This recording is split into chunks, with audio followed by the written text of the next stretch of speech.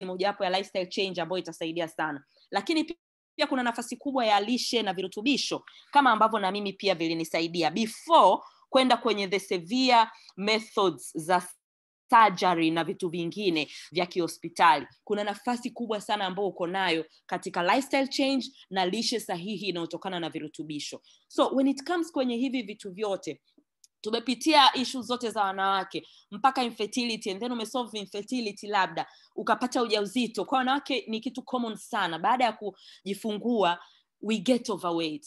I know that kwa sababu na mimi pia I got overweight. Kabla ya kujifungua nilikuwa na kilo 65, by the time nimeshamaliza kujifungua na kunyonyesha, sababu issue sio kujifungua tu pale, ni zile supu na mitori tunayokula after, I went to 85 kilos, 20 kilos extra.